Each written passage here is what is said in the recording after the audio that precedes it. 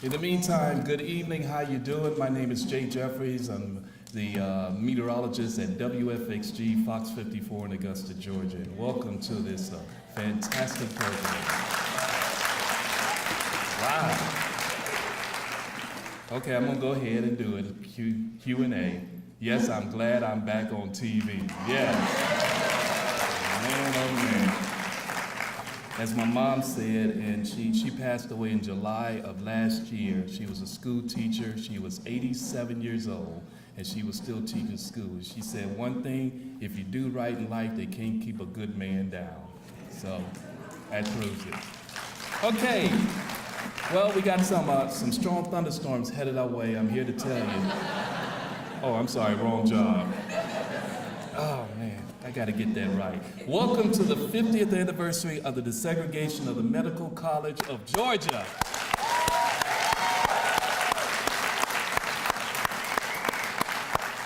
Whew, man, oh man. Okay, so we're going to have a great program for you. We have a reception afterwards, so yes, they're going to feed us.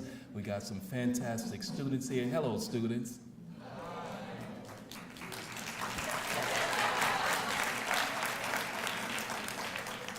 Hi, students. Hi. That's what I wanted. Okay, all righty.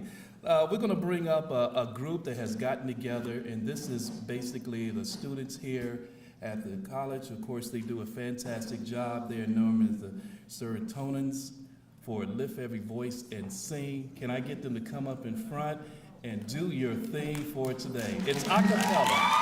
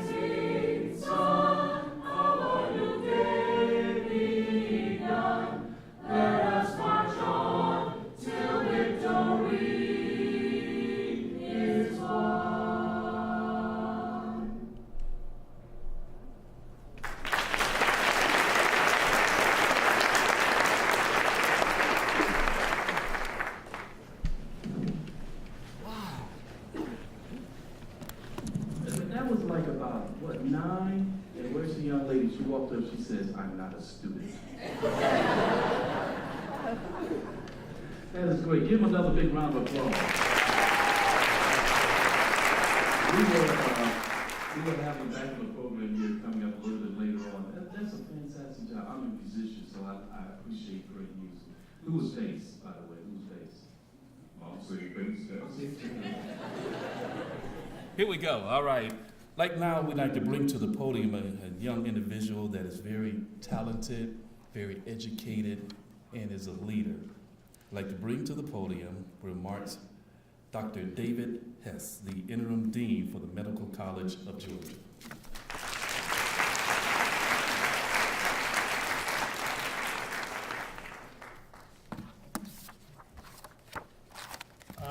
Thank you. I wasn't sure you were talking about, Jay. It's certainly a hard act to follow, and I'd like to thank Serotonins for that beautiful music. Thank you very much. I'd also like to thank some of our guests, Mayor Hardy Davis and Barbara Turlock. Is she here? And I'd like to thank the MCG alumni and Ian Mercier, the MCG Foundation. Thank you very much. And those who are participating by live stream, thank you very much. So it's my pleasure, being the interim dean, it's really a great honor to be at this ceremony where we celebrate the 50th anniversary of the desegregation of MCG. And you know, it's really wonderful to be here. I've spent my whole career here. I actually grew up in New Jersey. You can probably tell by the way I sometimes say words like coffee. But I've been here my entire career, and I see many familiar faces out here. And there's a great love for MCG, and we see it in all of you. And particularly like to thank the students for being here. We're really here to celebrate real heroes and the likes of Frank Rumpf, who's over here. And I met Frank when he was involved with the health department. And he was one of the first 2 black students in 1967. That was just 50 years ago. And then the late John T. Harper, and his wife is here. And then a couple years later, they were followed by another hero, Tommy Leonard. And I just got to meet Tommy Leonard. And Tommy Leonard is really interesting, and he's a great role model for students. He still takes neonatal call at Methodist Hospital, and he's going to finally stop in July. I think it's well deserved. I mean, he's a man after my own heart. And you take a neonatal call. And then I'd really like to thank and honor Dr. Joseph Hobbs. And Dr. Joseph Hobbs is a graduate of T.W. Josie High School. You know, he grew up, you want to, yeah. Cheer? Yeah. We figured we'd get some cheers for that. Grew up in the shadow of MCG, and he has a distinction of being the longest tenure of any chairman of any department here. And as a department chair for 16 years, I don't know how he did it, but it shows a sign of resiliency, or maybe not he's all right here, but to do it for that many years.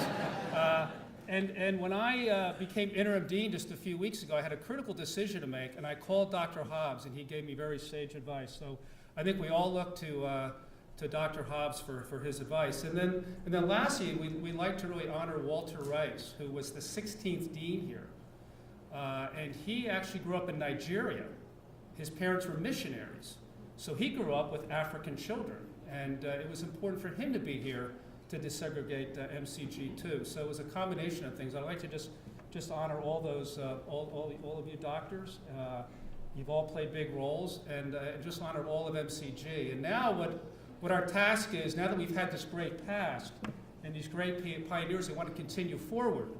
And we want to really have our faculty and our physician workforce reflect our community and our state. And that's extremely important to all of us here.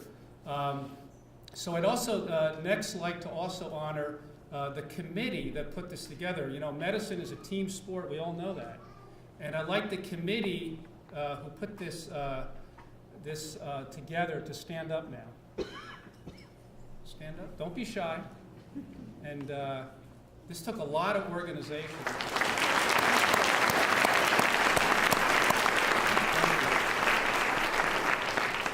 And I think the ringleader of this committee may have been Dr. Joseph Hobbs. And I'm going to introduce him because he's going to give us a talk. And Dr. Hobbs, as I said, is chairman of the Department of Family Medicine. He's senior associate dean for faculty affairs and primary care.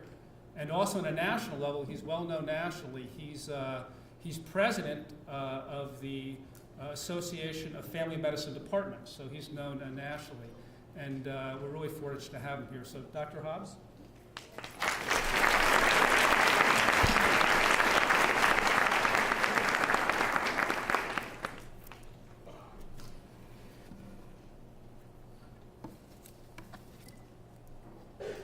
Good evening. Good evening. There we go. I have a task of giving you kind of an overview for this event. As I've gone through this, I begin to realize why I went into a science-related area as opposed to history, So if there are any of my old teachers out there who taught me history, please forgive me for any fact that might be a year or two off here or there. I'm doing my best. Like most important steps in life, the admission of MCG's first 2 African American students was not made in a vacuum. It wasn't that MCG kind of figured this out on its own. There was a lot of things going on that made all of this happen. The decisions to actively recruit these students occurred in the context of a national hard-fought movement to provide all citizens, regardless of race, equal access to the rights and privileges guaranteed under the Constitution of our United States of America. These guarantees initially required a civil war, the Emancipation Proclamation, the Civil Rights Act of 1866, the 14th Amendment to the United States Constitution. The results, however, was persistent racial inequality and racial segregation for those newly freed citizens as Jim Crow emerged in communities across America, supported in part by the 1896 Supreme Court decision in Plessy versus Ferguson, which laid the legal framework that supported the continuation of segregation in the South. The resulting civil rights movement posed a constitutional question that prompted the U.S. Supreme Court decision that desegregated public schools in Brown versus the Board of Education in 1954. And the national legislation which produced the Civil Rights Acts of 1957, 1960, 1964, 1968, and the Voting Rights Act of 1965. In 1963, Congress passed the 24th Amendment, and there were subsequent Supreme Court decisions and hotly debated legal battles that followed that affirmed the court's decisions about desegregation and denied discrimination, but not in all settings. So this was not all perfect. In this chaotic period of change, a unique history of civil rights and health professions education for African Americans emerged in Augusta, Georgia, and the surrounding community. The high percentage of African American citizens in Augusta and their lack of access to health care compelled private and public sectors to invest in African American infirmaries and hospitals. The philanthropy of Mr. Gazeway B. Lamar and the advocacy of a practicing physician who was also an MCG faculty member, Dr. William Dawdry, resulted in the City Council's additional support to replace the aging Freedman Hospital for Negroes with the Lamar Hospital for Negroes, constructed in 1895. Perhaps the healthcare needs of our community were best illustrated by the advocacy and service of Miss Lucy Craft Laney, a lifelong educator who founded the Haynes Normal and Industrial Institute, the first school for African American children in Augusta in 1883. Ms. Laney also was involved in the establishment of the first nursing school for African Americans in Augusta, and by many accounts, the first of its kind in the South. Ms. Laney and Dr. Dawdry recognized that an African American segregated healthcare facility required an African American health professions workforce, which prompted the establishment of the Lamar School of Nursing in 1894, which over the ensuing 69 years provided much of the African American nursing workforce for the surrounding community. We are pleased today to have within our midst alumni from the Lamar School of Nursing who may be present. And if you're here, stand or raise your hand because we really want to recognize you.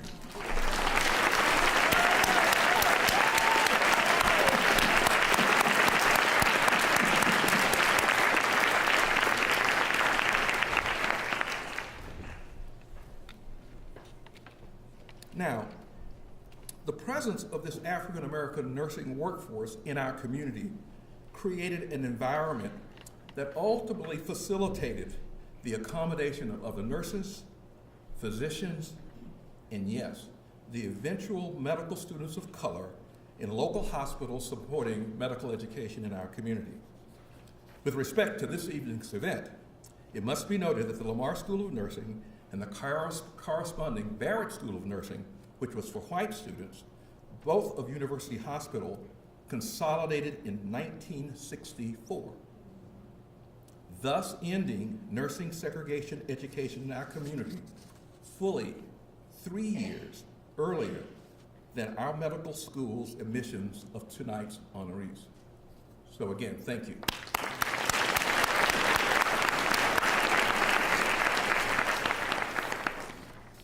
However, most community and medical school affiliated hospital systems across the South and elsewhere were segregated and were in settings where desegregation was vehemently opposed by state and local laws and ordinances. The healthcare institutions were forced to desegregate because of the affiliation with desegregated VA hospitals and the use of Hill-Burton federal funds. But more importantly, the decision to desegregate was the Civil Rights Act of 1964 and its compliance requirement to receive any funds from the new Medicare program. The results was rapid desegregation of Southern hospital systems, and many of our retirees who are in our audience today have spoken to me on multiple occasions about their experience in our own Talmadge Hospital when overnight the dining facilities were desegregated.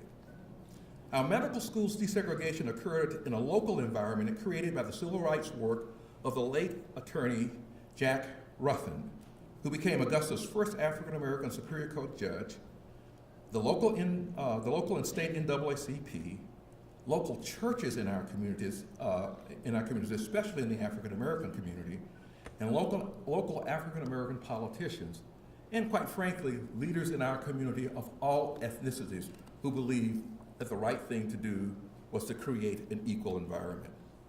Now, Frank Rump and John Hopper entered MCG in the fall of 1967, followed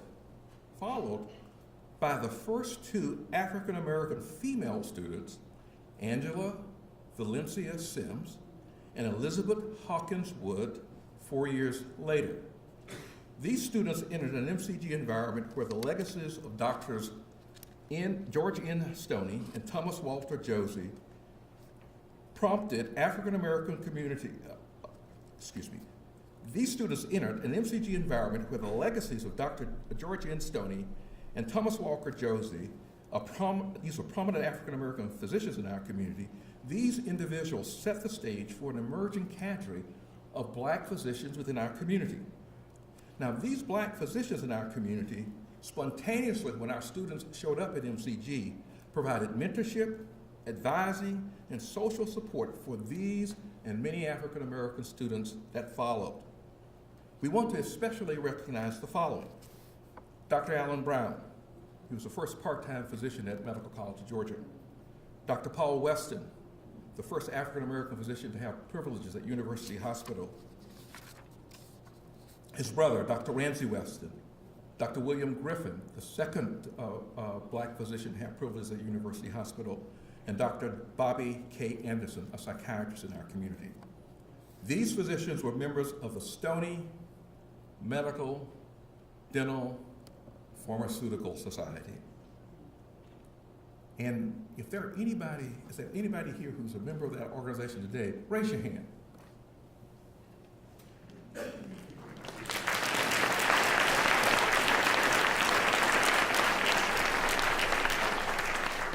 Now, not to be outdone, there were also local dentists who supported MCG African-American students in those early days after John and Frank's arrival.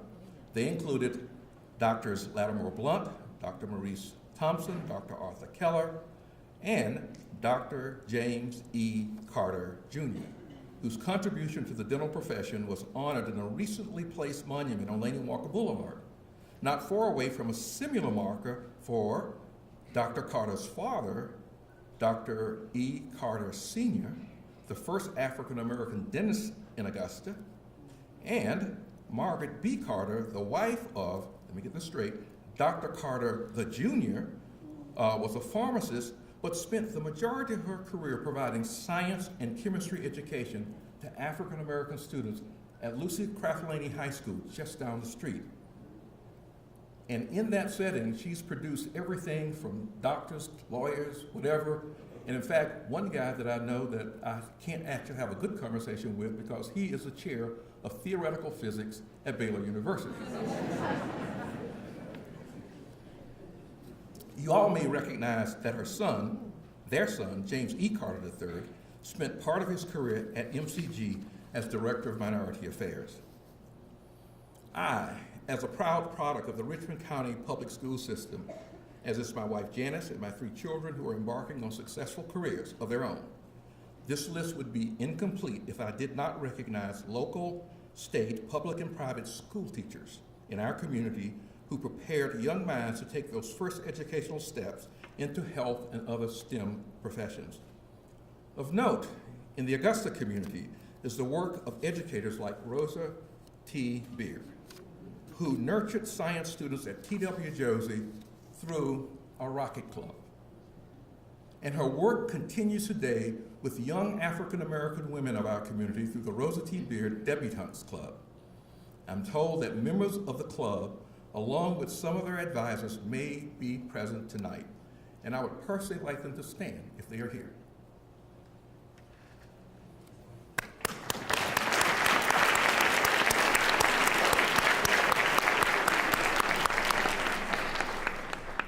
I'm also told that there may be students accompanied by multiple faculty from many of our area middle and high schools in the audience. And if any of you are out there, I want you to raise your hand so that we can see you.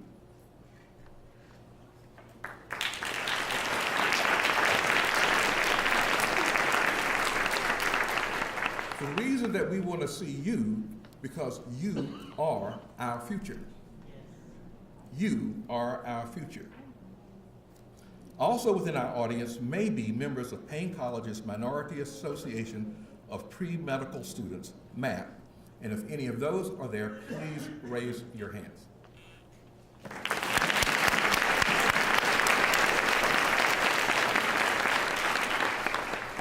These students are already in the pipeline. So they may be your physician in about 10 years from now. So let's take care of them.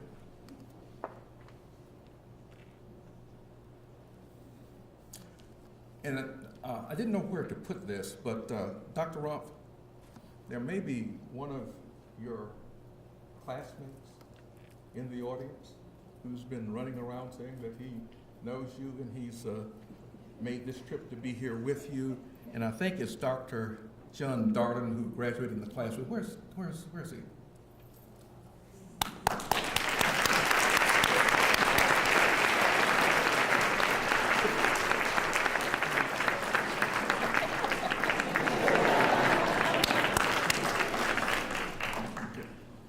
The medical school community, instrumental in ensuring the success of early African American students through mentorship and advising, along with the leadership of Dr. Walter Rice, included, but not exclusively, Doctors Maurice Levy, Ed Brunstein, Thomas McDonald, Sam Single, Fred Leibach, Charles Ray, James Pierre, Lois Ellison, Claude Starwright, and William Harms, just to name a few. In fact, my first contact with MCG was when I was introduced to Doctors Wright and Harms by the late Rosa T. Beard. These MCG faculty members provided mentoring to me and other science students at A.R. Johnson and T.W. Josie as we worked on science fair projects. Dr. Wright and I developed a long-standing, strong mentor relationship. However, I always wondered, as a high school student, if he was aware of how disappointed I was because attending MCG was not a possibility because of the color of my skin. You know, he never asked. And maybe, unfortunately, I never offered. But he always congratulated me on my science fair wins, my high school graduation, my college acceptance. He validated my high school preparation and my college preparation. He offered me summer jobs in his laboratories. And as a scientist and a physician, he heightened my interest in health sciences, and I'm forever indebted to him. Fast forward 4 years when Dr. James Puryear, the then MCG Director of Student Affairs, was speaking to a group of pre-med students at Mercer University in Macon, Georgia. I and one other African-American students were in that otherwise all-white audience when Dr. Puryear announced that I, Joseph Hobbs, had received an acceptance to the Medical College of Georgia weeks earlier. At that time, I was aware of Frank, John, and possibly Tommy's presence at MCG, although I had never met them and I did not know them by name. Dr. Puryear made sure that we knew. I was also aware that there were several other African American students from across the state of Georgia who had received similar notifications. Dr. Puryear made sure that I knew. Hence began my real consideration of MCG as a place to start my career. The late Dr. Jimmy Walker, Director of Minority Affairs, along with other MCG administrators and faculty, developed the first summer program targeting Augusta's African American college students to introduce them to health professions opportunities that were available at the MCG. That effort, which started in the summer of 1970, was the basis for our current Student Summer Educational Enrichment Program, that's otherwise called SEEP, operating on our Augusta campus and our Savannah campus. Today, SEEP is the oldest operating medical school health professions enrichment program targeting those underrepresented in medicine across the entire nation. Not unlike many academic health centers and medical schools across the South, there were many difficult days as MCG leadership and staff made this important transition of desegregating this hospital and medical school.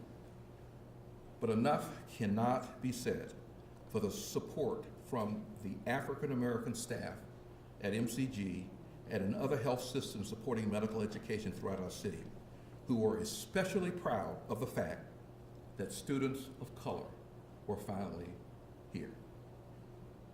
These individuals created a familiar and welcoming environment as the medical school and hospital responded to the legal and regulatory mandates to fully desegregate the healthcare workforce and all of its patient care environments.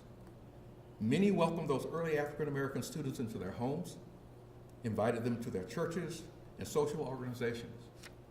But more importantly, often a simple hello. How are you doing?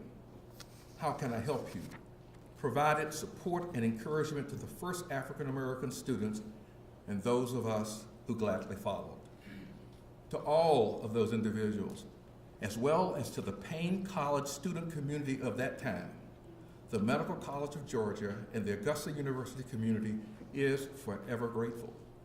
We recognize that desegregation was the beginning, integration an ongoing process, and diversity and equity an ultimate goal. On a personal note, please join me in thanking Drs. Rump and Harper, class of 1971, have to be careful, we're another century.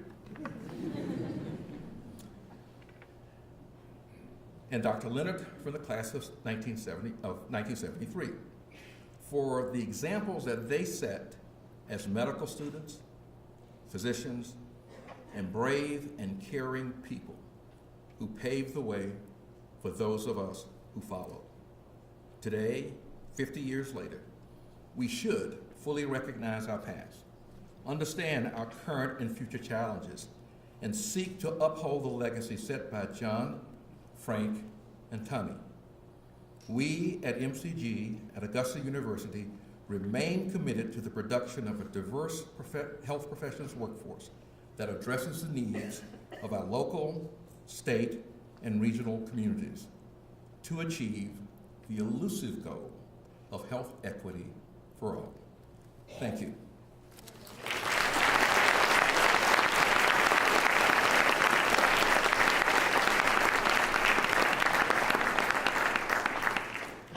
I want to take this moment to introduce and ask to come to the podium Dr. Kim Vest-Loomer, who's Associate Dean for Students and Multicultural Affairs, who will provide a brief glimpse into the future the status update of MCG diversity.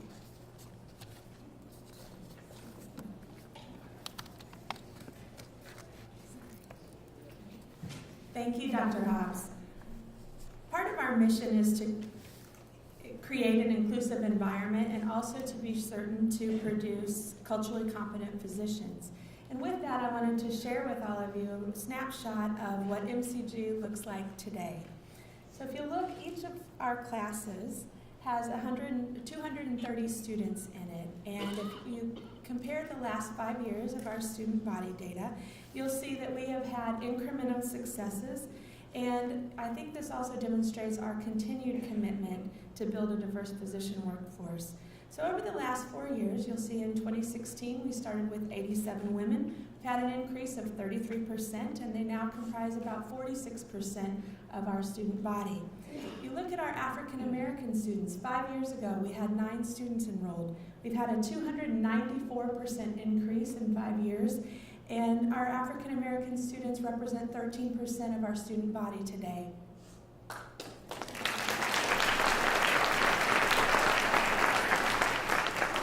Good news indeed. Our Hispanic student enrollment started at 11 5 years ago, and we've had an 86% increase, and our Hispanic Latino students now comprise 7% of our student body. All told, if you look at our student body overall, we have about 20% that represent the diversity that is present in our state of Georgia. I'll always accept applause from April Hobbs. As others have alluded, like the turtle, we didn't get here alone. If it weren't for you, Dr. Rumpf and Dr. Harper, Dr. Leonard and Dr. Harper's family, we wouldn't be here. Our pipeline programs are an incredible gift. Linda James runs our SEEP and pre-matric programs. We have served 2,249 students in our SEEP program over the last 46 years, and 592 in pre-matriculation.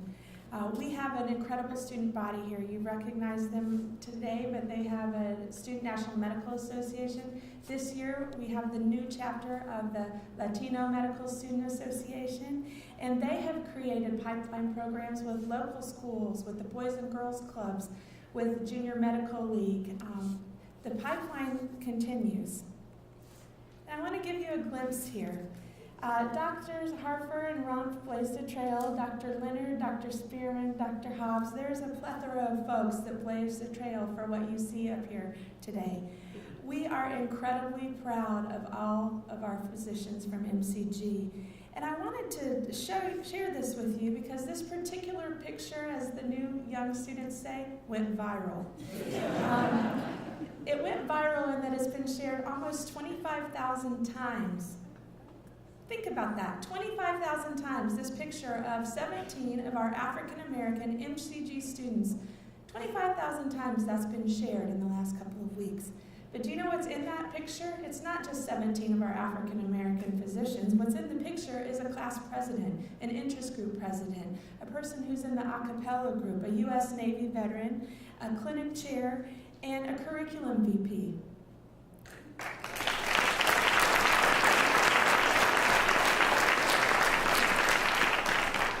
The last part I'll share with you about this picture, of which we're incredibly proud, is that this was snapped by an idea of one of the second-year students who said, we need to get a picture of this. And you know what they were on the way to do? They were going to a pipeline program to mentor the next generation of undergrad students.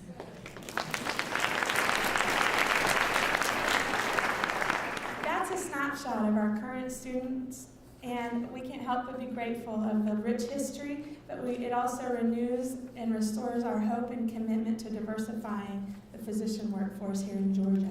Thank you.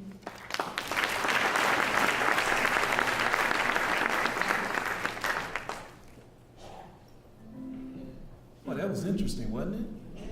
Very interesting. Oh, thank you so much. And of course, could I get just one more time that classmate signature? How did you guys do it? One more time for the cameras. He wasn't even paying attention. He still don't know what's going on. We're going to move along with our program. And this next individual I'm going to bring up to the podium, he's from Forsyth, Georgia, and then he relocated to Augusta, Georgia in the year of 1985. He's been serving his second year in his first term as Augusta's mayor. As mayor, he's been instrumental in Throughout's work and vision with My Brother's Keeper to support the Richmond County school system and youth. He launched the Mayor's Summer Youth Employment Program to place young people in paid summer jobs and workplace skill training programs. He also partnered with the Richmond County school system to began the Power Lunch Reading Mentor. He's also a strong advocate for One Augusta and bring people together through programs such as his Mayor's Office Hours and the small business resource events that he brings to the city. Ladies and gentlemen, for remarks and to read the proclamation, let's give a big warm welcome for our mayor of the city of Augusta, Mayor Hardy Davis.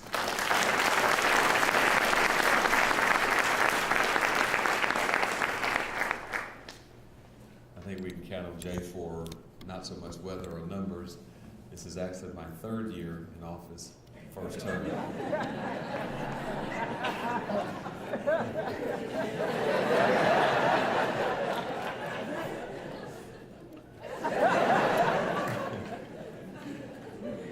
I'm delighted to be here. Tonight, we have an opportunity to honor the trailblazing spirit of those who've gone before, those of you who are medical students today, while commemorating the past and envisioning what a bright future we have in these students, Dr. Hobbs, Dr. Spearman, and our guest, Dr. Satcher. Tonight, we want to recognize the efforts of Dr. Rump, Dr. Harper, and what they've done in their many contributions to our community and to this city, and certainly to this institution.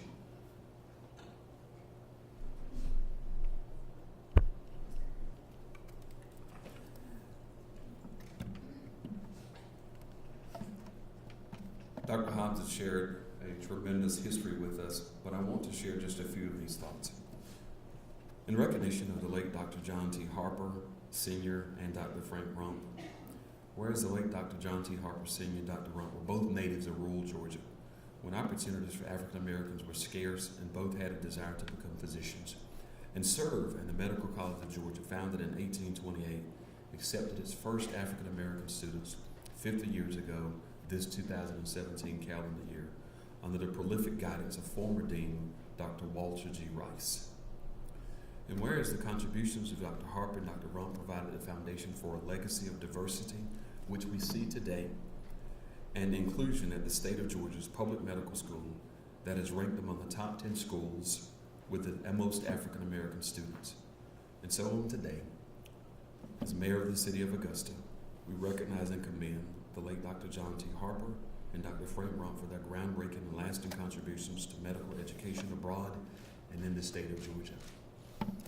As a point of personal privilege, 50 years later, I remember just a few years ago as an engineering student having the same type of ceremony at Georgia Tech.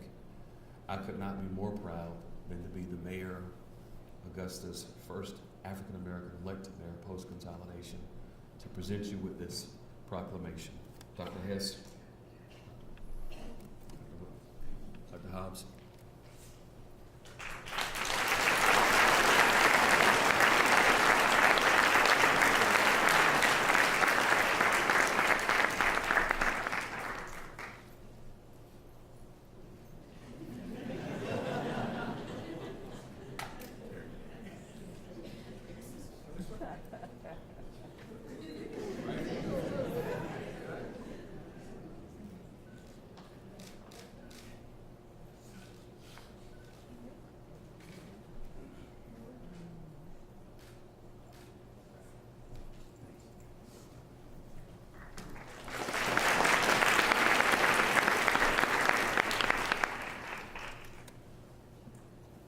And now we want to also recognize with a proclamation, as we declare this, Dr. John T. Harper and Dr. Frank Rump. Dr. Rump, we want to recognize you as well, sir.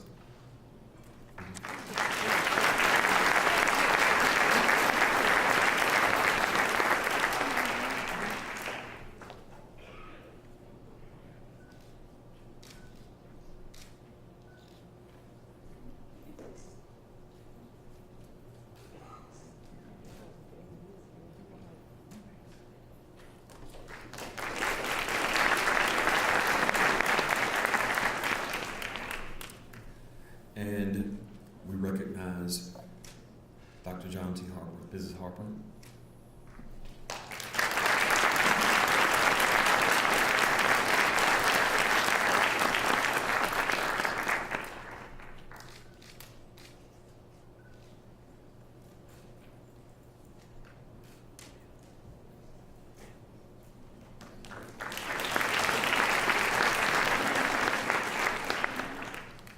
To the students, those who are here and those who will attend this fine institution in the days ahead, let this day not be lost as a day of just recognizing, but a day that you remember that it is upon these broad shoulders that you stand, that we stand.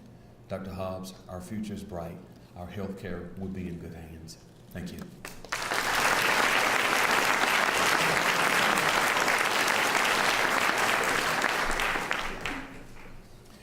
And now this next individual I'll be bringing to the podium has been serving his third year in the first term as Augusta. Okay, I got it. I got it right now. Reading the paper tear you up, boy. Are you enjoying this so far? Is this okay? I hear that, I don't know how many, but I hear that we have an overflow. So we have people that's watching it. So everybody just wave at them, we're on camera. Say, sorry, you should have got here earlier. All righty. Okay, this is a great program. A lot of history is here. And let's see, Lucy Craft Lady, the group, make some noise.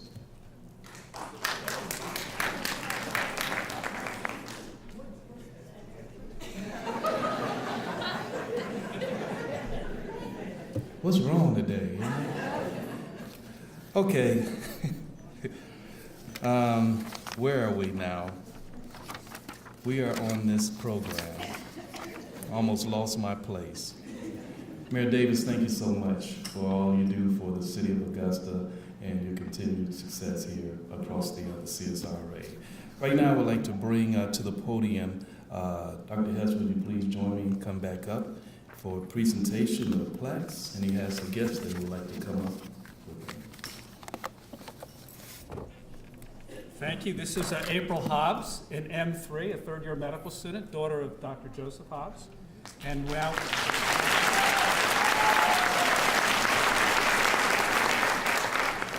we're going to go ahead and present the plaques. And first, we'd like Dr. Frank Rumpf to come up.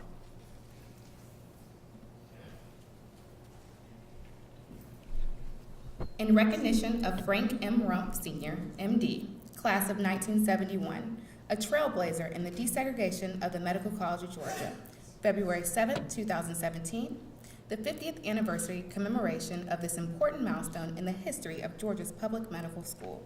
Presented by Gretchen Kaufman, PhD, EVP, Academic Affairs and Provost, Augusta University, David C. Hess, MD, Interim Dean, MCG, Interim EVP, Medical Affairs and Integration, AU.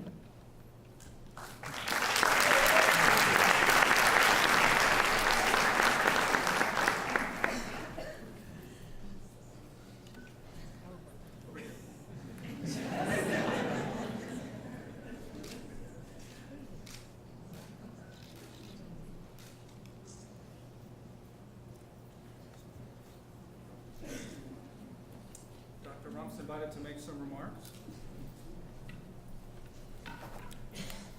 Well, I'd like to thank everyone who had a hand in organizing and bringing this affair to fruition. 50 years is a long time, and MCG has come a long ways. Many of you don't realize how far it has come.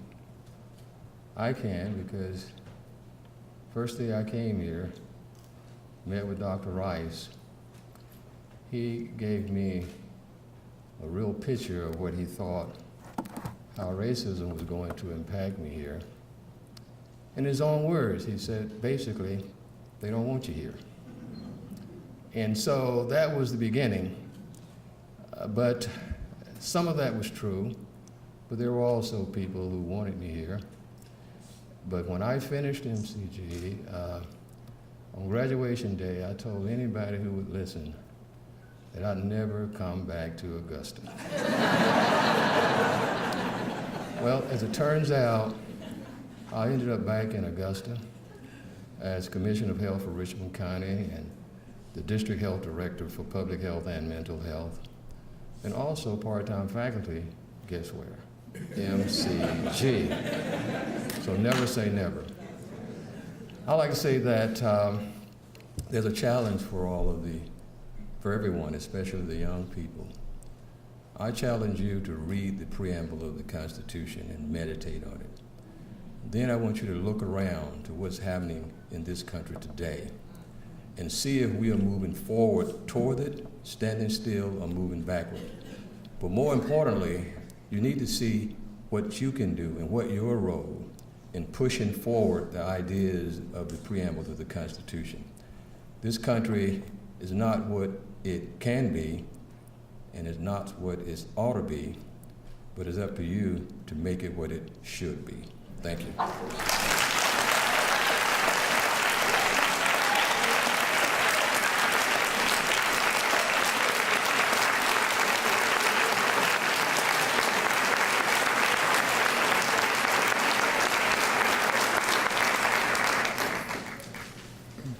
Thank you, Dr. Rumpf. Mrs. Agnes Harper, come up, the wife of Dr. John T. Harper. In recognition and remembrance of John T. Harper Sr., MD, class of 1971, a trailblazer in the desegregation of the Medical College of Georgia, February 7, 2017, the 50th anniversary commemoration of this important milestone in the history of Georgia's public medical school, presented by Gretchen Coffin, PhD, and David C. Hess, MD.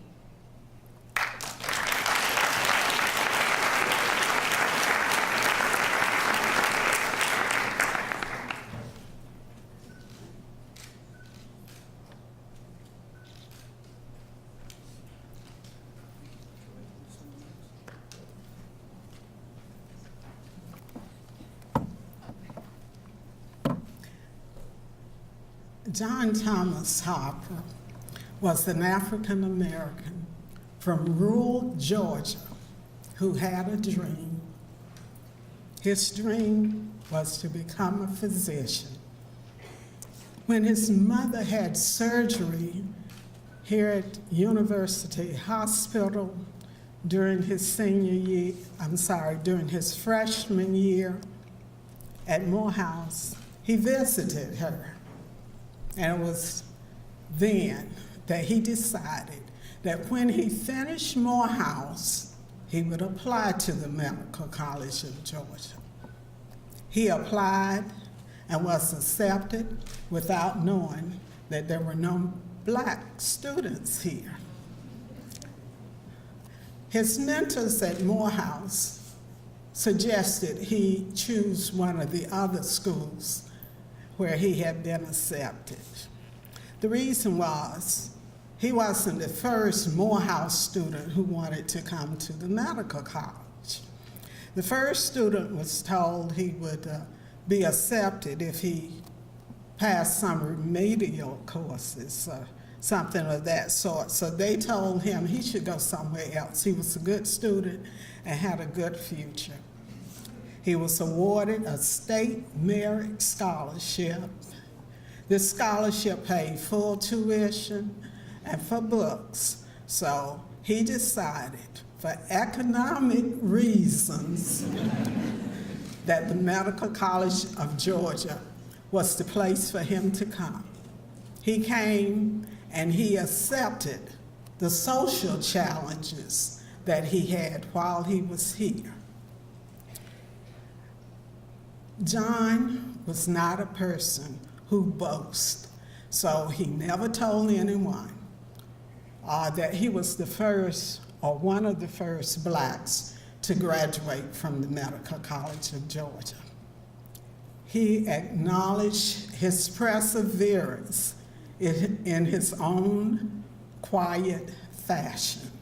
That was by placing a framed print of the old medical college on the walls of each of his offices. On behalf of my late husband and his family, I thank you for today's recognition.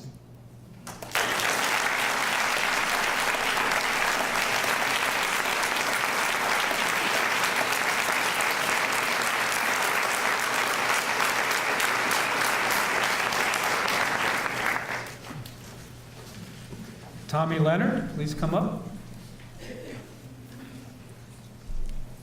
In recognition of Tommy Leonard Jr., MD, class of 1973, a trailblazer in the desegregation of the Medical College of Georgia, February 7, 2017, the 50th anniversary commemoration of this important milestone in the history of Georgia's public medical school.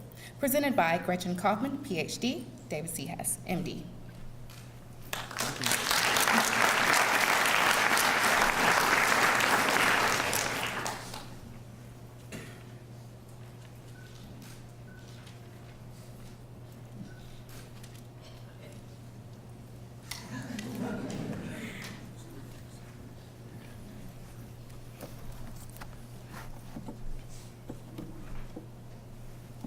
I'm going to take a couple of seconds to kind of gather myself.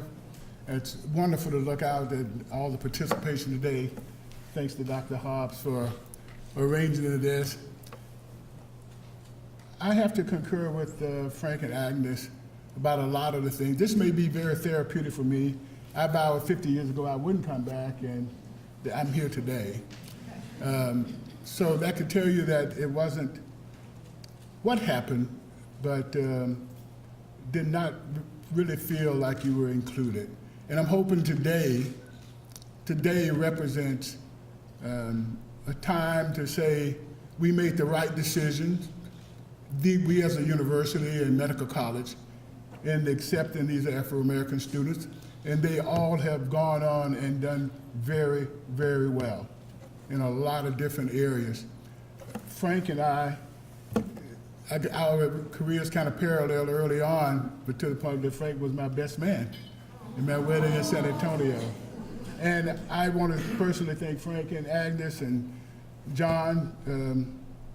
They were my stabilizers. John was my researcher. He was involved, I think, in some collagen research or something, and went on to be in orthopedics. Frank was the guy who told me how to carry myself. If you look in the back of your little program there, you see this guy who looks like H. Rap Brown or something? That was me.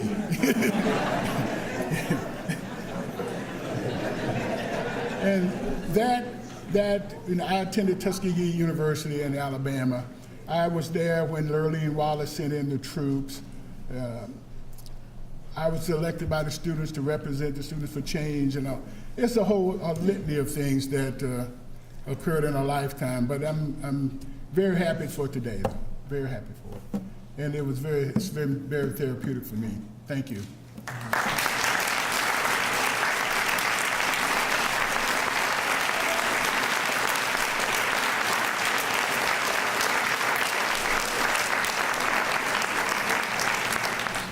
I don't know about you guys, but that looked like the Hall of Fame sitting over there, doesn't it? Man, give them another big round of applause. Ooh. Make me want to go back to school just to be one of them. All right, we're proud of you. Thank you for setting the mold for the future. That's the way, I guess that's the best way to put it. And April did a fantastic job here. You got a smile.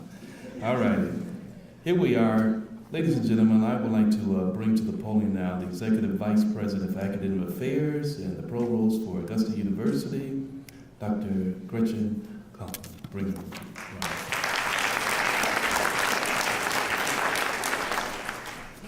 Good evening. I won't make you do it again. It's really such a pleasure and a privilege to be with you today, to celebrate this anniversary and to honor, as so many have said, these individuals who really blazed a trail that we at Augusta University are still mightily committed to. It is a journey, but we are committed to see it to that destination, Joseph, and I love those words as well. Also, I want to take a special shout out again. We already recognized them, but I just think it's really important to recognize the wonderful work that Dr. Hobbs, Jeanette Ballatin, everybody on the committee to organize this event, the wonderful job that they did. Would you join me once again just in thanking them?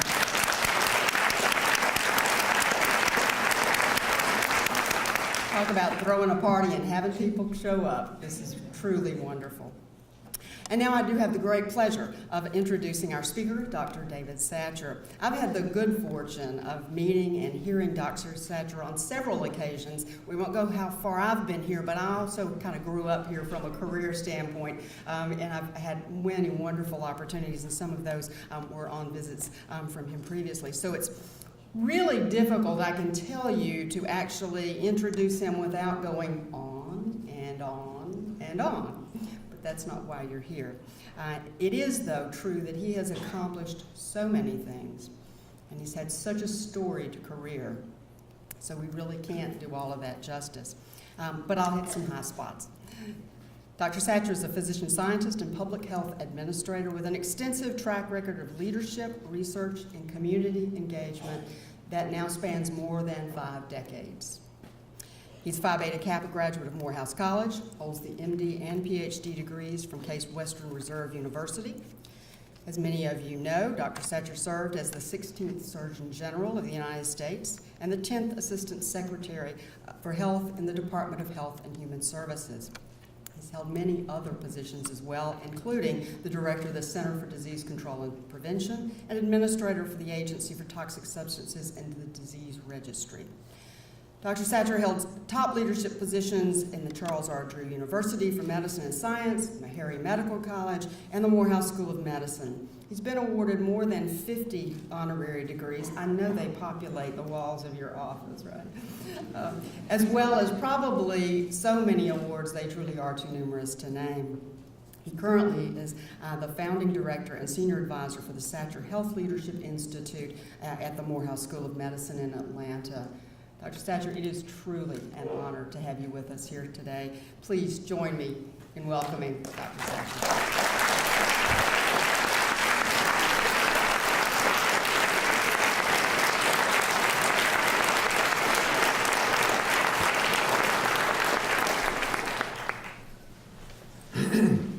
Well, thank you very much, Dr.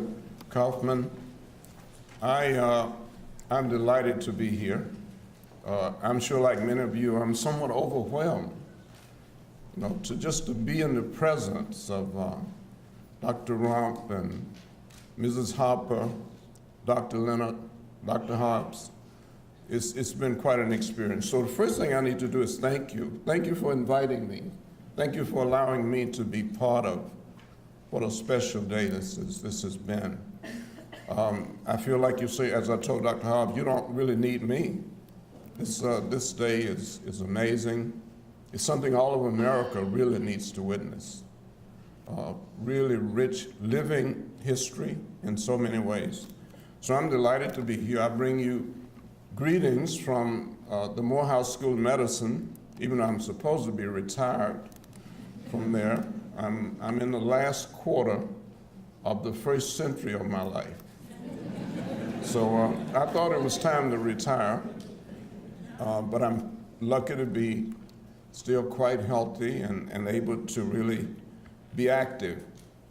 I also want to thank the students. I had an opportunity today to meet with several of the medical students, and we had very interesting discussion.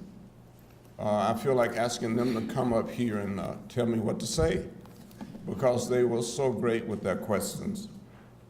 But I want to remind you of the contribution you also made to the development of the Morehouse School of Medicine. I talked with Dr. Sullivan yesterday, Dr. Lewis Sullivan, former Secretary of Health and Human Services, but also the founding dean and president of the Morehouse School of Medicine. And he wanted to say thank you to the Medical College of Georgia for the role you played in the development of the Morehouse School of Medicine. Morehouse started as a 2-year medical school. The AAMC was not accrediting 2-year medical schools.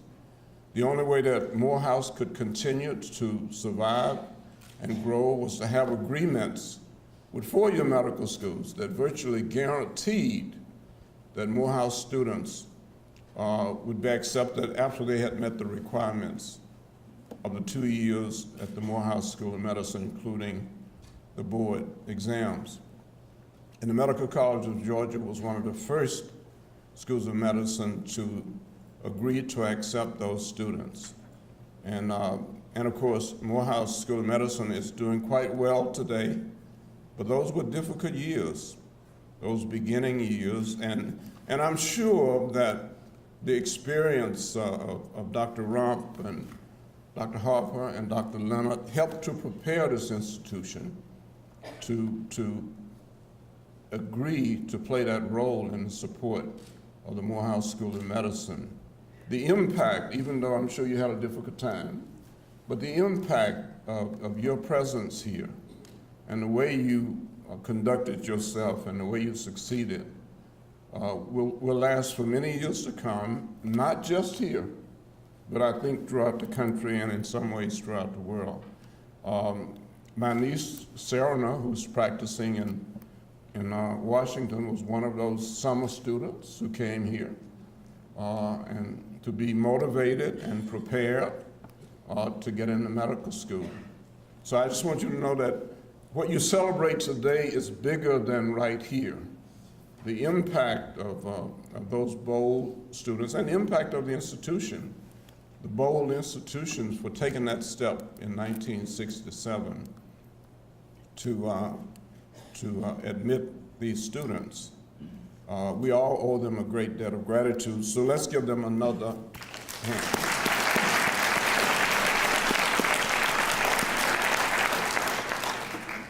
Well, I'm going to be brief.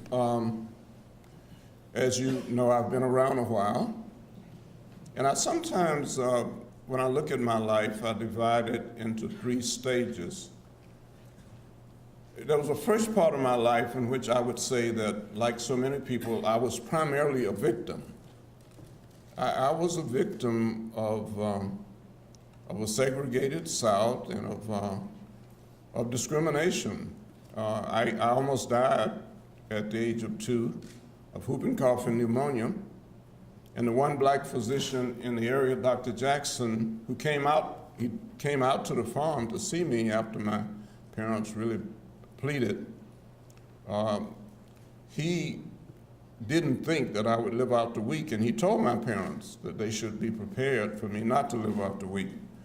Now, the interesting thing is, as you've heard already, he couldn't admit me to the hospital because, number one, you know, they did not allow black physicians to have admitting privileges, but also they did not have a place for black patients. Our history is very interesting, and I'm only saying that because I think it's important to know where we've come from in this country. My mother, you know, tells me the story of how there were times when she had to actually breathe for me during the night in order to keep me alive. She was determined, regardless of what Dr. Jackson said. She was determined that I was going to live. And of course I did. But my mother told me that story almost every day. So, no, seriously, by the time I was 5 years old, the one thing I wanted to do was to meet Dr. Jackson. So my parents promised me, for your 6th birthday, we're going to take you to town to meet Dr. Jackson. I was excited. I couldn't wait. Now, obviously, I wanted to thank him, but I also wanted to say, well, we showed you, didn't we? But I never met him. Dr. Jackson died at the age of 54 of a stroke. And I can just imagine the kind of stress a physician must be under when he can only go so far in treating his patients and no further. And of course, we have struggled with hypertension and strokes for a long time, but Dr. Jackson died at the age of 54 of a stroke. But by the time I was 6 years old, I was telling everybody that I was going to be a doctor like Dr. Jackson. I was as certain of that as I've ever been of anything, even though I had no idea what I was talking about. Nobody in my family had finished high school, and my parents, neither one finished elementary school. But I was as sure of that as I have been of anything in my life, that I was going to be a physician. I was driven. Even I didn't fully understand what it meant to be a victim of of segregation and discrimination, I knew that there was something that I had to play a part in changing. Nobody had ever come up with the word health equity or even the elimination of disparities in health. But I knew, as you do, that there was something wrong and that I had to have a role in helping to resolve it. And I could say a lot more about being a victim, and you could too. But that was not the end.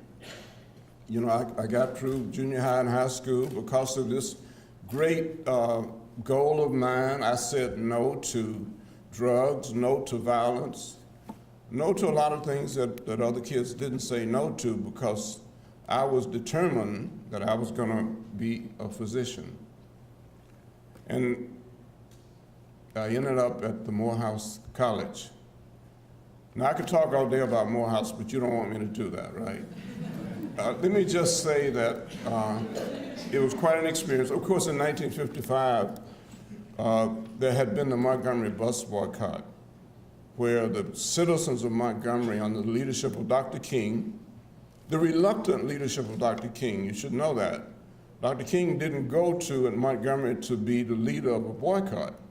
He went there to pastor a very sophisticated black church, one of the top echelons black churches, Dexter Avenue.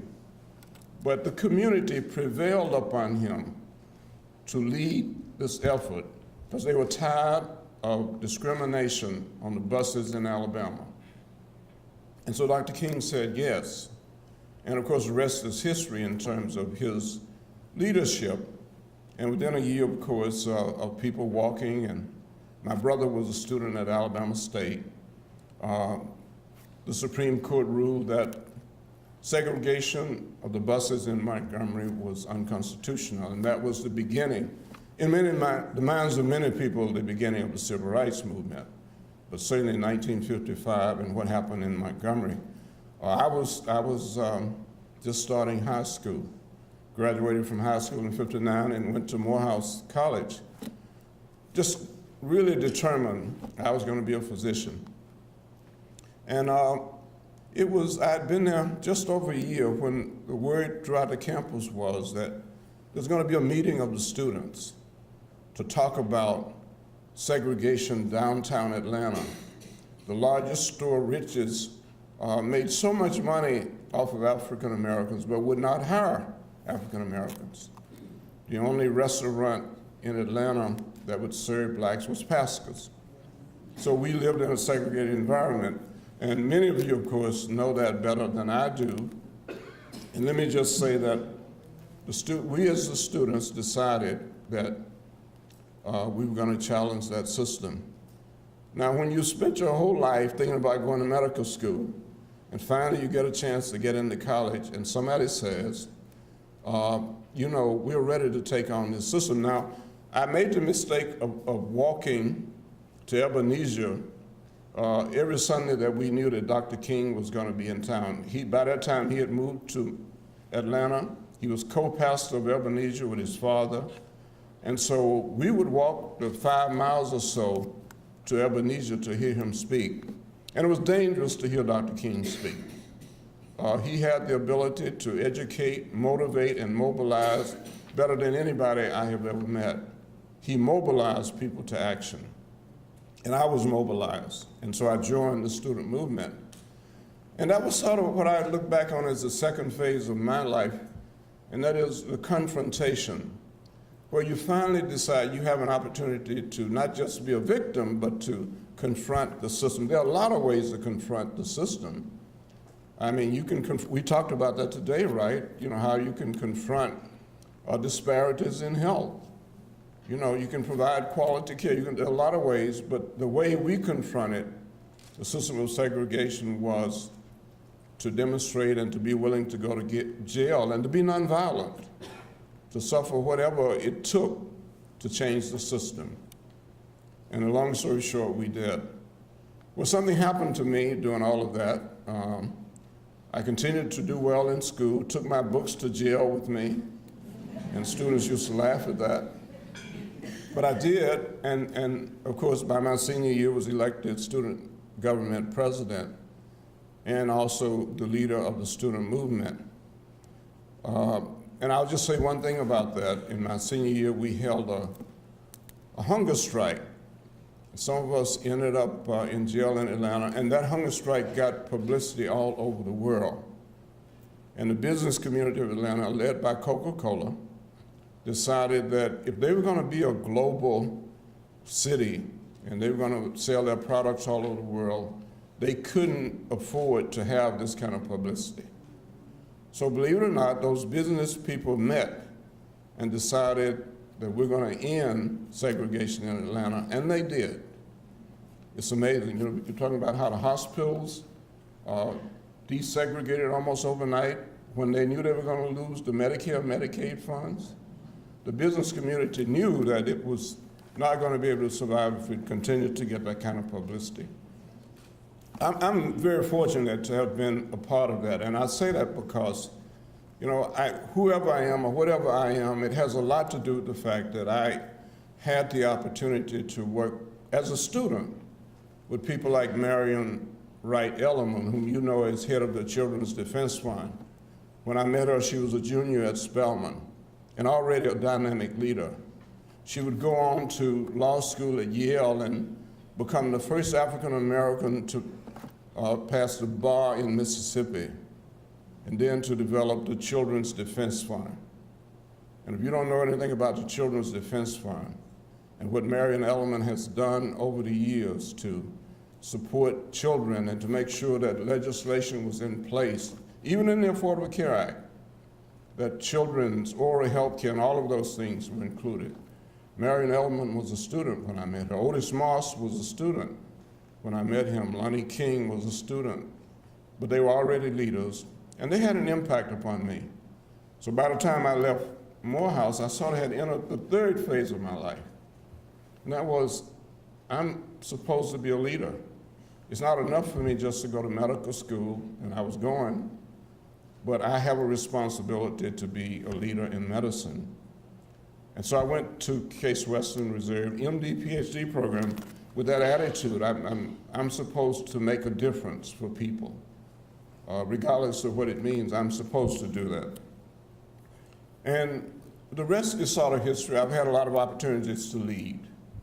I've, as many of you know, out in Los Angeles at King Drew Medical Center, sickle cell research, and interim dean, president of Meharry for almost 12 years, CDC. A lot of opportunities to lead, but the one thing I want to say is that my attitude has always been that whatever I do, I've got to advance the cause of the health of all. Now, I didn't even know the term health equity until much later, but all along that's been the goal for me, health equity.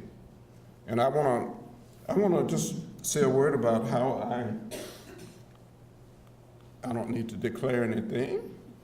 I started the Satcher Health Leadership Institute 10 years ago, almost 11 now, at the Morehouse School of Medicine. And the goal was to really help young people develop their leadership skills, to try to share some of what I had learned and experienced.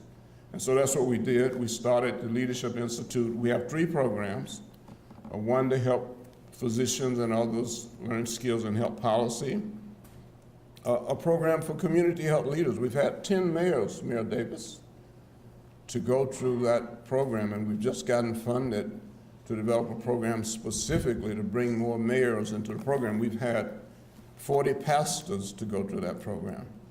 The Community Health Leadership Program, as I said to the students earlier today, it acknowledges that we need a partnership. Medicine can no longer operate alone. You know, if you realize that the social determinants of health are overwhelming, it means that we as physicians, nurses, need partnerships in the community. We need to change the social determinants of health. And so that's what we're trying to do. We also have a program for parents. And in our community, that means that 80% of them are single parents.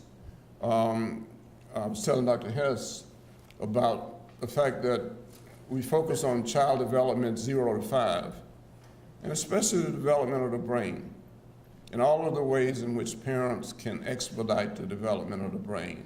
through nutrition, early communication, all of those ways. And NIH has just funded us to replicate that program in 12 states. But the difference parents can make, I know that because I had parents who didn't finish elementary school, and yet for me, they made a tremendous difference. They're the reason that I survived that illness, and a reason for a lot of other things. So we decided that we ought to help parents. With a little help, many of our parents could really be outstanding parents, even though they may be single parents. Anything that we can do to help parents, there are no greater partners that we could have for achieving health equity, none. We believe that today the need for leaders is just too great for us to leave their emergence to chance alone. It's too great. We don't believe we have the answers. Our philosophy is that at the Satchel Leadership Institute, everybody teaches and everybody learns.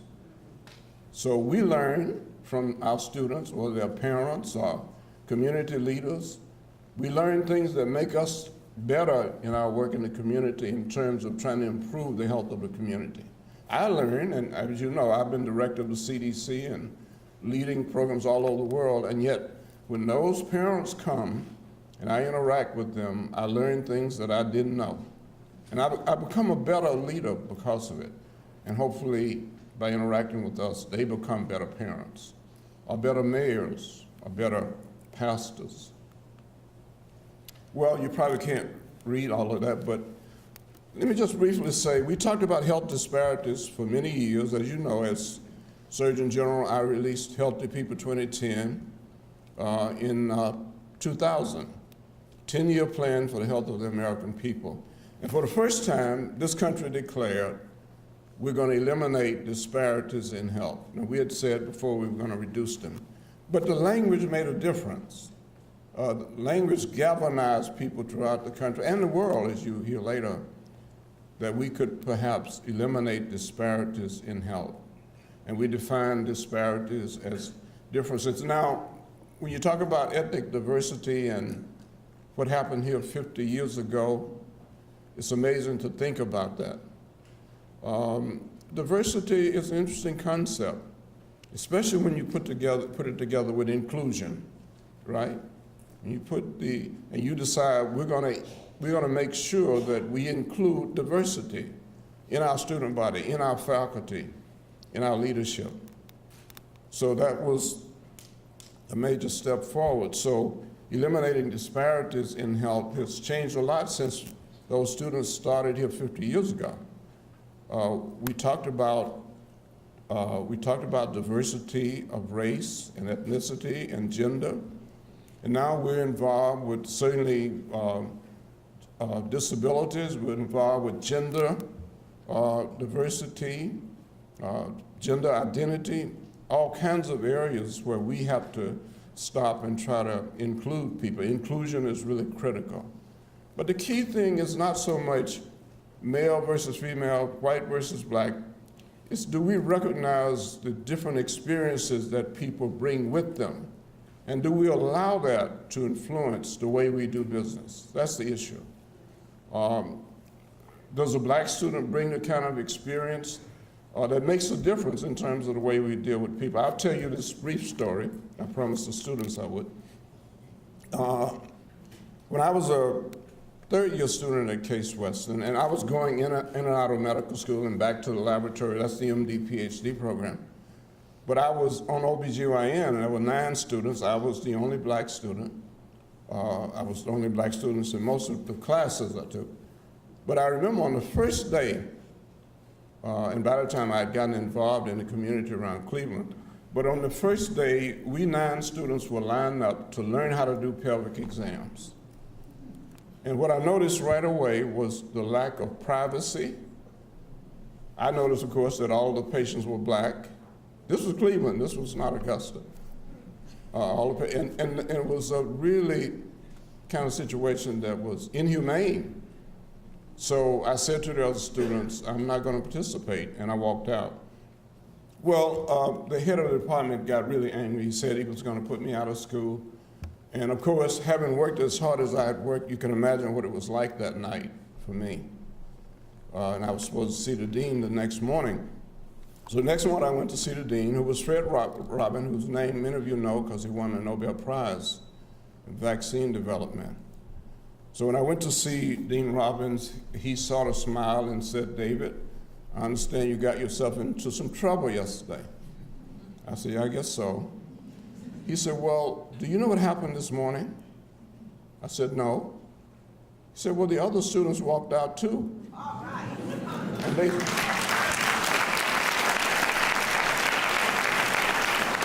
And they said when they thought about it from your perspective and their new perspective, they agreed with you. I'm only saying that to say that we owe it to every environment where we are to bring the benefit of our experience. If it takes my experience, my racial background or what have you, to bring some sanity to a program like that at Case Western, that's what I had to do. But you know, having had the risk of going to jail and to prison, it wasn't as difficult for me as it might be for some others. But anyway, that's not the end of the story. And this is an important point. What about those other students? You know, I couldn't tell you their names, and I'm embarrassed. They met. I don't know who was the leader, but if they hadn't met and decided to walk out, I may not be standing here right now in a position. And I'm saying all of that to say we've got to recognize what diversity means. It's not just the black student in a predominantly white environment. It's what happens to the environment. How do we affect the environment where we are? Do we find each other so that when we go out into the world, we're prepared to change the world together? That's the issue. If we really believe in diversity, it's not just a black student desegregating a predominantly white school. It's people coming together and sharing their experiences and solving problems together. It's going to take that to achieve health equity. It's going to take that to eliminate disparities in health. I'm not going to give you numbers today, but we tried to demonstrate what it would mean to eliminate disparities, and we were able to show that there would be 83,000, there would have been 83,500 fewer black deaths in 2000. But I do want, as I close, you to think about this whole issue. We talked about eliminating disparities in health. When I left government, I get a call from the director of the World Health Organization, J.W. Lee, a Korean, with whom I had worked when I was director of the CDC. And he said, "David, I want you to join a commission, which I'm calling the Commission on Social Determinants of Health."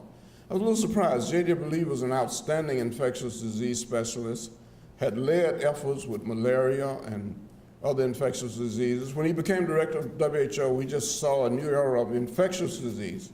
And what J.W. Lee said to me was, "I have learned over the years that unless we do something about the social conditions in which people live, doesn't matter how much science we bring to the table. And so I want you guys, 24 of us, to go look at how social conditions impact the lives and health of people." And so we did. Our report was pretty simple, but this is the essence. We defined social determinants as the conditions in which people are born, grow, live, work, and age. They're shaped by how we distribute money, power, resources at the global, national, and local level. And in order to change the social determinants of health, you have to change policies. So are you in the business of changing policy? You say, "Well, no, that's not my business. I'm in medicine." But we've got to contribute to changing policies. We don't know what's going to happen to the Affordable Care Act. I confess, I don't even know Tom Price.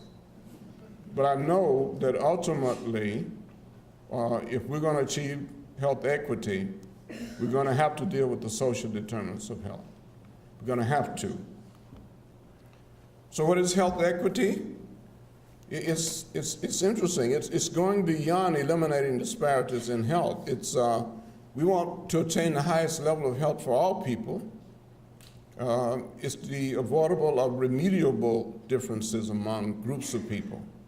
And the CDC said, when everybody has the opportunity to attain their full health potential, that's But I like this definition, where you compare equality and equity. And I have to confess, I don't remember who first developed this diagram. But I hope you see what that says. It says that everybody is not born the same. We have different needs if we're going to achieve our optimal health, right? Equality says we give everybody the same thing, the same level of care, the same access. Equity says we give people what they need in order to achieve optimal health. That's equity. It presents a new challenge. You medical students are going to face a new kind of world of medicine if we're serious about that definition of health equity. The Affordable Care Act has made an attempt along that line with the prevention agenda and saying that every child, regardless of where they're born, should have access to safe places to play and good nutrition. But I'm not sure what's going to happen to that. But believe me, we're going to get there in the quest for health equity. Well, I like this saying that we've developed at the Satcher Health Leadership Institute. We say that in order to eliminate disparities in health and achieve health equity, we need leaders who first care enough. And I'm not just talking about public health leaders and physician leaders. We need leaders who care enough. We need leaders who know enough. So we got to learn together. We need leaders who have the courage to do enough. And we need leaders who will persevere until the job is done. There's an urgency. Dr. Rump can quote things that Dr. Mays said in chapel many years ago. We were moved by his speech. Dr. Mays had a poem that he quoted. He didn't write it. It was called God's Minute. And I'm going to close with it because there's an urgency about what we have to do. It said that I have only just a minute, only 60 seconds in it. It was forced upon me. I can't refuse it. Didn't seek it, didn't choose it. But it's up to me to use it. I must suffer if I lose it. Give account if I abuse it. Just a tiny little minute. And yet eternity is in it. Thank you.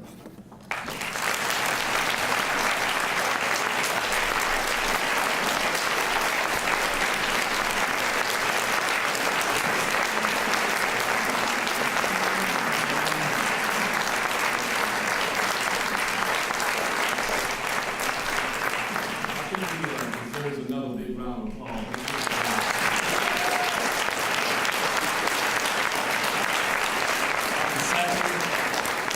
Come on back and join the podium here, because we do a little Q&A, and believe it or not, I didn't know it. I'm from Cleveland, Ohio. And we went to Case Western Reserve, and I tell you, my mother always told me, stay away from that area, because we weren't allowed there. And I'm 119 from Gisborne, that's where I was born and raised there. And it's believed it's a city within the city. It's a city within Cleveland, Ohio. And it was rough. So he speaks the truth about that. And all I can say is that thank you so much for setting the pathway, you and all the other dignitaries, for allowing for these students to have a future for everybody else in all. Give them another big round.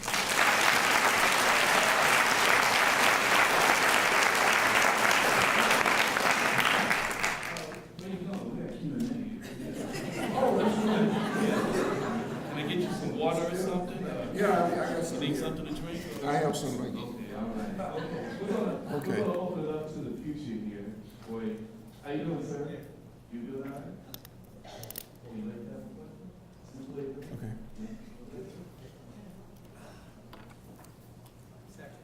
Good afternoon. Hello. Thank you so much. And welcome to the festival. Thank you. I'd like to ask you, what did your parents or significant adults say to you about staying focused through the challenges that you would face on your journey? Well, I couldn't say that my parents were quite that sophisticated in terms of the way they spoke, but I understand what you mean. I think, and I'm writing about this right now, by the way, I consider my parents my first role models for leadership. because we lived on a 44-acre rocky farm. We had chickens running around in the yard, cow to milk. Everybody had a job. I started off carrying water to the fields to my older brothers. There were 10 of us. 2 died early. So they had a division of labor. We had to do our jobs. That's what they told us. And they believe that you can't expect what you don't inspect, right? You've heard that before. So we knew that we were expected to focus on our jobs and to do them well. So that's what they taught me. They couldn't have put it in that language. I tell you what my dad did say to me when I caught the Greyhound bus station to go to Atlanta, and that was a big thing. You know, I'd never been, we didn't go out of the state of Alabama, so I was a little nervous, but when I was going up the steps of the Greyhound bus station, he said, and I was a little concerned about him because he had always given me advice, and now I knew that I thought I knew. He couldn't give me any advice because he had never been to college, never been on a college campus. And yet, here I was leaving for Morehouse in Atlanta. And he said, as I was getting ready to get on the bus, he said, "David, promise me something." And I said, "What's that, Dad?" He said, "I just want you to promise me that even though where you're going to meet people who have more than you do. You may even meet some people who have less than you do, but I promise me that you will always treat everybody with respect." I have not received any better advice from him. Thank you. Now, you may wonder where he got that, but I can tell you he was superintendent of Sunday school for 25 years and never finished the first grade, by the way. So I'm blessed, as you can see. Another question? Yes, ma'am. Yes, hi. My name is Marquita Sanders. I'm a second-year medical student here at MCG. And I just want to know, could you briefly give your opinion as to what the biggest challenges facing today's physicians, given the current state of healthcare in America? Today's physicians, not necessarily medical students, but I guess you're including that. Yeah, that's a great question. Well, I think the healthcare system is a real challenge. It's undergoing change. We have no idea what's going to happen to the Affordable Care Act, which they call Obamacare, because they thought that would, paint the negative picture. I don't know what's going to happen to the Affordable Care Act. I have no idea what's going to replace it. So part of the biggest challenge facing physicians, what kind of system am I going to have to practice in? What kind of system? How will I be paid? There are places in this country where the big push is accountable care organizations. I don't think you have one in Augusta, but that was a big part of the Affordable Care Act because it said that we want physicians to get together, hospitals, clinics, et cetera, and to work together so that you benefit when people are not sick. You get rewarded for people being out of the hospital. In other words, you used to get rewarded for the number of days that people stayed in there, but now it says, if you do your job well and keep people out of the hospital, if you control diabetes, Medicare says, you'll be rewarded. Not just the number of times you see the patient, but how well you control the diabetes, the hemoglobin A1C or what have you, the blood pressure. So it's a different world that physicians of today, and I'm hesitating because I don't know what's going to happen to the Affordable Care Act. But that's basically where the Affordable Care Act was headed, to reward quality as opposed to quantity. And that had begun. I mean, that's what the Center for Medicare and Medicaid Services had started to do and are doing. I don't know what's going to happen to that. I have no idea. So I would imagine if you're a new physician today, you're trying to figure out, how am I going to be paid? How am I going to be rewarded? And because we don't know what's going to happen. And I don't think there's anybody in Washington who's quite clear. So that makes it difficult right now. But we shall overcome. I remember when we started singing that song.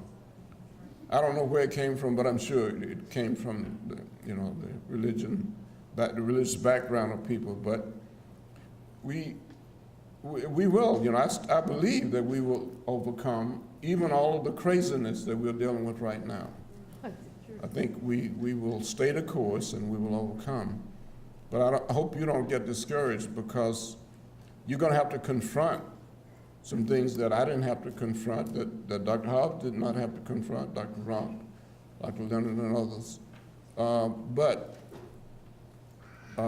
you should be prepared to confront them, and I hope that you're preparing yourself psychologically, spiritually, and otherwise to stand up to all the challenges that you're going to face. It's not going to be all bad. There are a lot of great things about being who you are and where you are today, but there will be major challenges. All right, I want to do this and just stand right on the statue. I just want to look at this. I mean, all the students look great, but you know, I just want to say, when I see a young man dressed the part and look the part, act the part, I mean, look at it.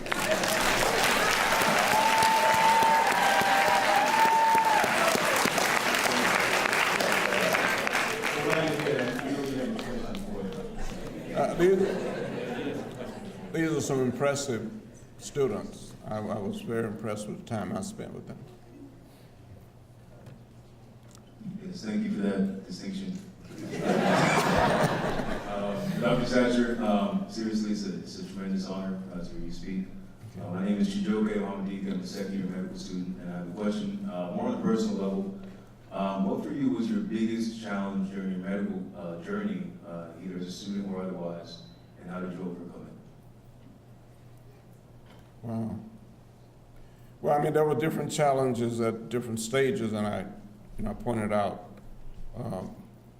the challenges that I faced as a college student, but also that was the period in which I think I became a leader and set a course that would take me to this point in my life. I had no idea, I would end up all the places I ended up, and really having an opportunity to be a global leader.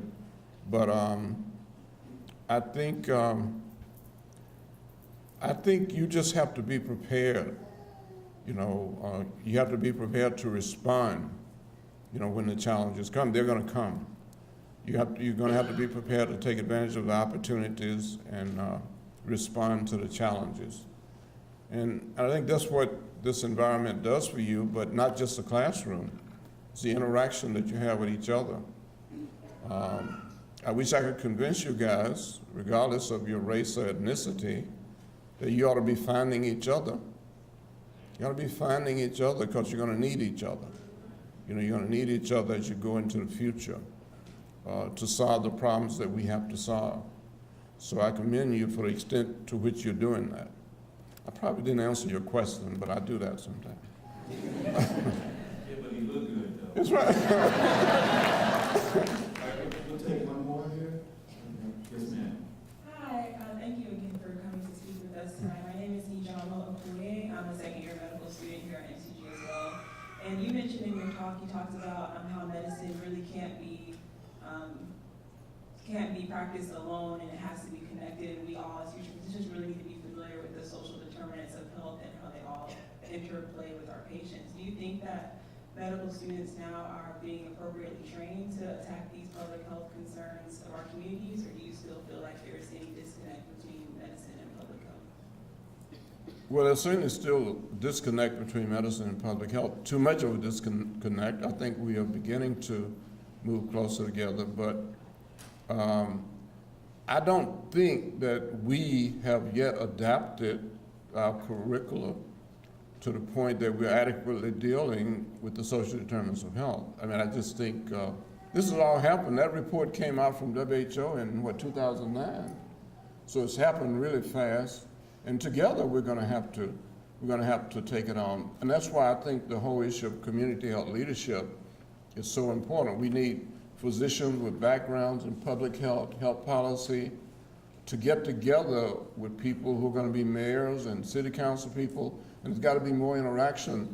We've got to create safe environments in these communities. I mean, if we can't protect our children, if we can't assure them safe places to play, access to good nutrition, we're not going to solve a lot of the health problems. So we got to do that together. We got to decide that we are going to create the kind of environment, the social environment, the physical environments where people can be healthy. I think that's the challenge we face. So I don't think the medical school is necessarily prepared to take on the social determinants of health. I think we're improving. But to be honest with you, I know our students are beginning to get involved more in the community. At our medical school, everybody is involved with tutoring a student because we're concerned about the pipeline. And we don't call it STEM anymore when we talk about preparing people. We call it STEAM because many students talk about different experiences, like to integrate the arts. So if you put the A in there, S-T-A-M, that's how you spell STEAM, yeah. So we gotta meet people where they are. If some students learn better while dancing, then we gotta figure out how to utilize that to get them to learn. And more and more teachers are trying to incorporate the arts into the teaching. I have not yet seen the movie Hidden Figures, and my daughter has been after me about that.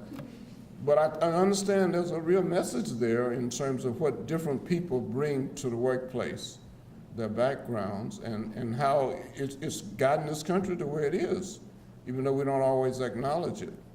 So I think the social determinants of health, we're learning together. I guess that's what I should say.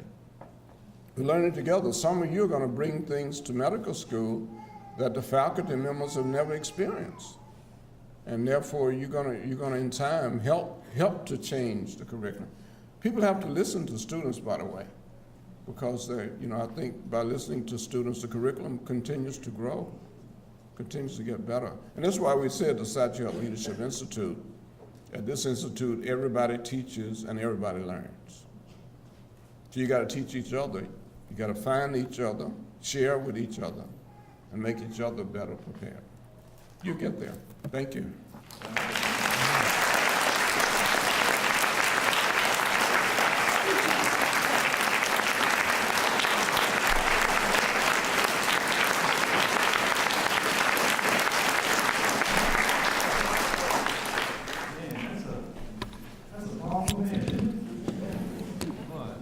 My classmate, only reason why we went to Case Western Reserve, my classmate, from Cleveland, Ohio, I go and stuff, because he always from the building and everybody else. Me and Steve Hart used to go to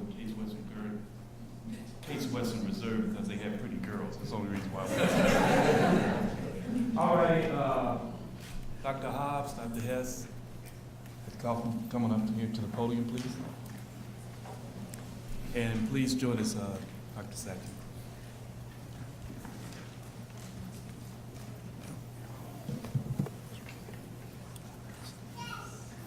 Dr. Satchel, we're very grateful that you would come and be with us tonight and to be the keynote speaker for the anniversary of our 50th year of our desegregation of our public medical school. So this is a very small token of appreciation for you.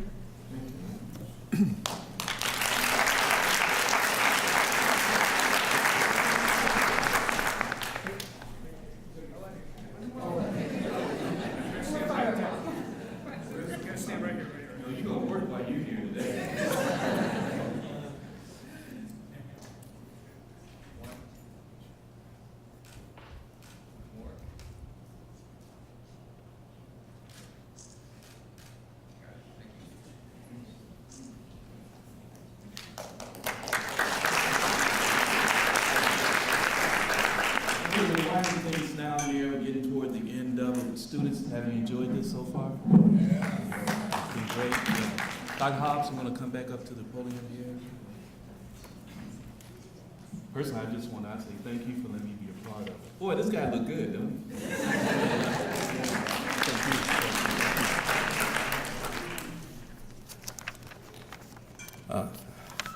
Thanks to everybody who's made this evening quite a success. I want to just kind of give you a sense that this is just the beginning. This is the way we kick this off. We've chosen February because it's Black History Month, but there are activities that we're going to be working on as a committee to go out throughout the year. So over this year, we are planning multiple events related to the ongoing quest for diverse physician and health professions workforce, a process which formally began with tonight's program that recognized our honorees and all of those who supported them. These activities will intersect with programs such as the MCG Alumni Weekend, the MCG Hooding Ceremony, MCG Freshman Class Orientation for 2018, the AU Diversity Summit, and the activities of SEAP for high school and college students on the Atlanta and Savannah campuses. These programs will highlight the activities of our students, such as the members of the Student National Medical Association, as their efforts to respond to the healthcare needs of our most vulnerable citizens, as well as efforts to provide mentorship to young people of our community who represent the potential physician and health professions workforce of our future, especially as it represents or relates to those who are underrepresented in medicine. The program will also include faculty and resident discussions as we tackle ongoing challenges of an ever-evolving diverse population, which requires a culturally sensitive and dynamically diverse workforce to meet health and healthcare needs. A video diary of interviews of individuals important to this transition of our medical school is in production. For each and every one of you joining us this evening, and on behalf of our planning committee and the Medical College of Georgia, Augusta University leadership, thank you very much for your ongoing support for your Medical College of Georgia at your Augusta University. Thank you.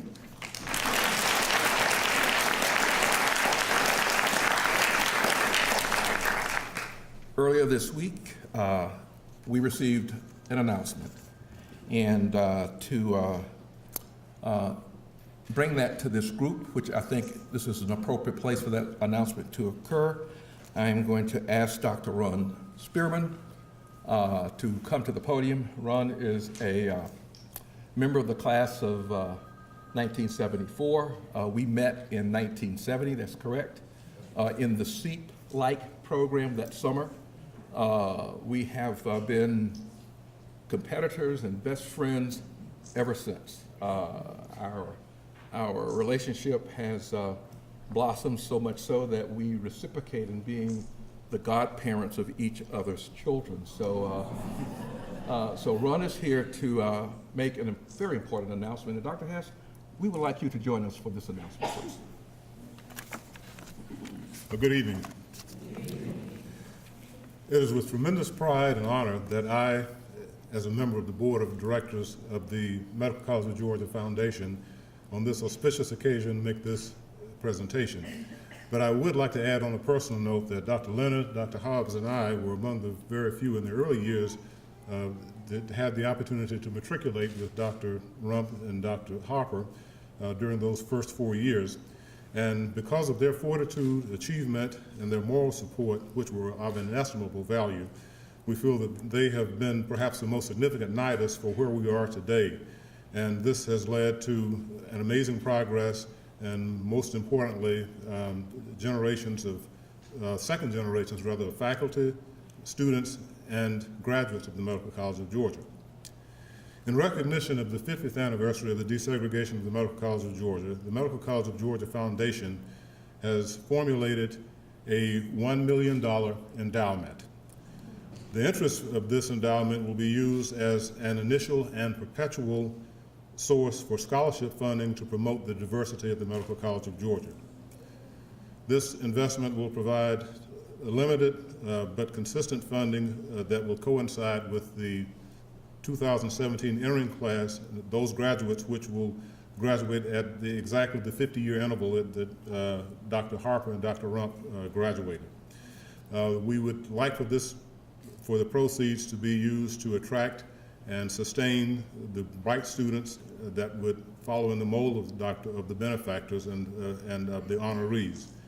As the case with all endowments, we would hope that this would expand over a period of time and to allow a greater number of students to partake of this generous offering. And for those of you who are inclined to contribute to this, there's information on page 5 of the program.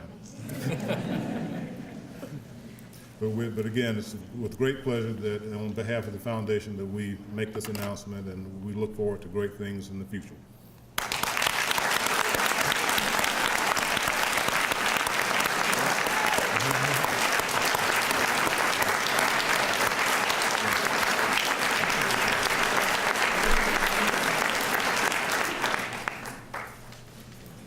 And maybe to him, he said $1 million. Come on.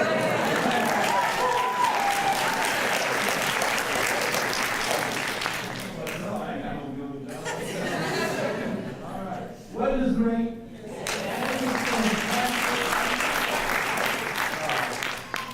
I can feel when they get ready to sing your song. You know, the one you said when you show up. I'm gonna bring them back up now. Is that all right with you? You can join in if you want to. All right, we're gonna get our microphones back here, and of course, ladies and gentlemen, we're gonna come back up. Let's give them another big round of applause.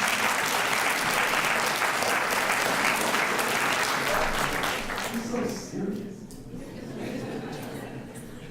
I see you, Trace. Where's the face at?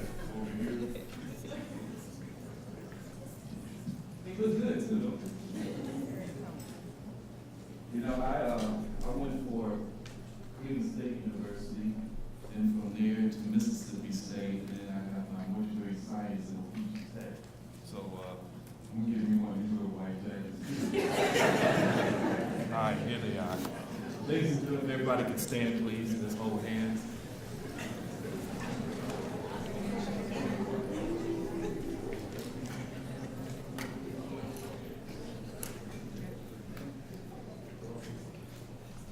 We shall overcome. We shall overcome. We shall overcome someday.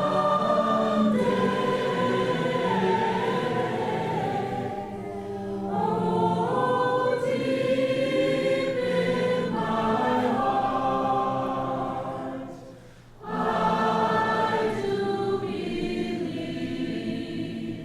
that we shall overcome someday. We are not afraid today. We are not afraid.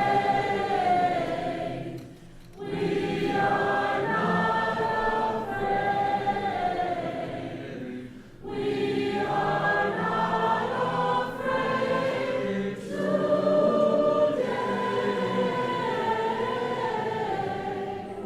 Oh, deep in my heart, I do believe that we shall overcome someday.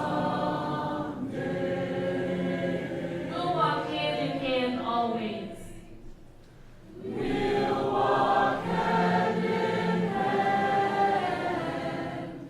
We'll walk hand in hand. We'll walk hand in hand always.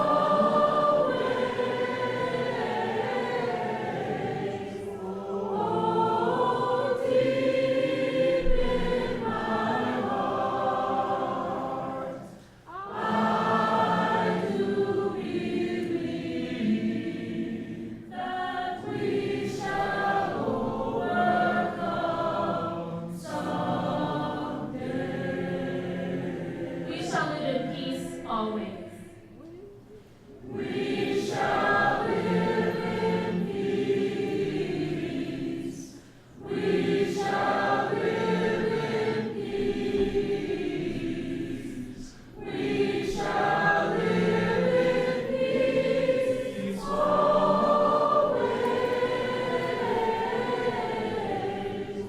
Oh, deep in my heart,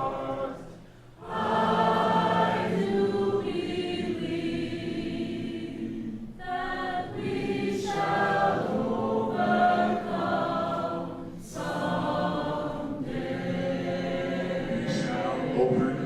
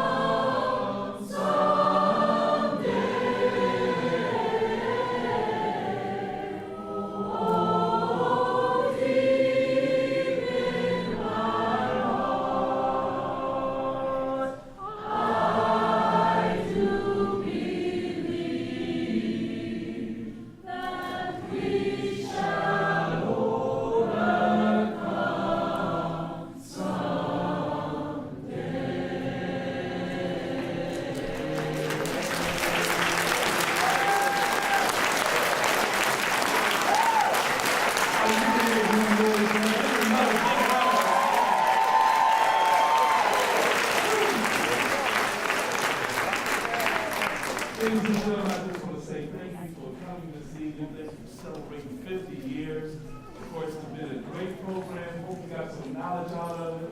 And always remember, strive for the stars. Shoot for the moon. Even if you miss it, you'll be among the stars. We have our reception. You can exit at the doors to your left and to the right. We'll bring you to the reception area. Leroy and Jay Jones from WFXG Fox 54 have a great evening.